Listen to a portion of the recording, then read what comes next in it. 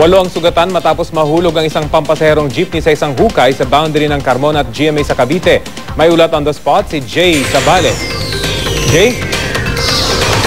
Rafi, 8 nga ang sugatan kabilang ang driver ng isang pampaserong jeep na nahulog sa isang bangin dito bago tumawid sa tulay na boundary naman ng Carmona at GMA bago mag alas 7 ng umaga.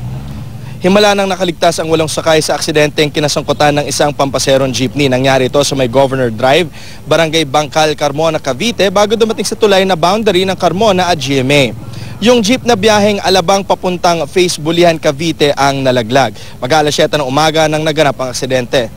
At ang pinaglaglagan ay isang hukay na dinadaanan ng mga heavy equipment kung saan dumadaan ito para makumpuni ang tulay. Nasa more than 30 feet yung pinagbagsakan o sobra sa 1.5 poste ng kuryente ang lalim.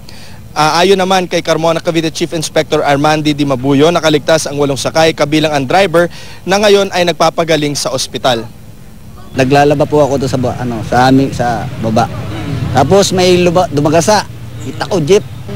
Bigla siya tumago siya doon sa kabila.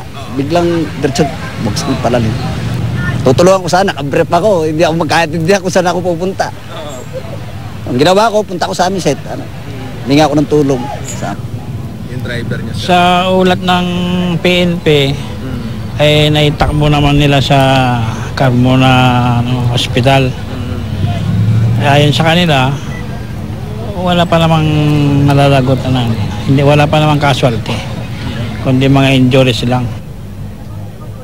Ayon naman sa may-ari ng jeepney, ang kanyang driver daw ay tinransfer na sa may Philippine General Hospital sa Maynila dahil dinadaing daw nito ang sakit ng dibdib. Sabi naman ng mga tao rito, kaya naman daw swerte nga nakaligtas ang mga sakay ng jeep dahil maputik ang binagsakan nito at malambot ang lupa. At ang pinapakita sa inyo ngayon, ito yung jeepney na nalaglag doon sa may hukay. At kung makikita ninyo nga, yuping-yupi na ito.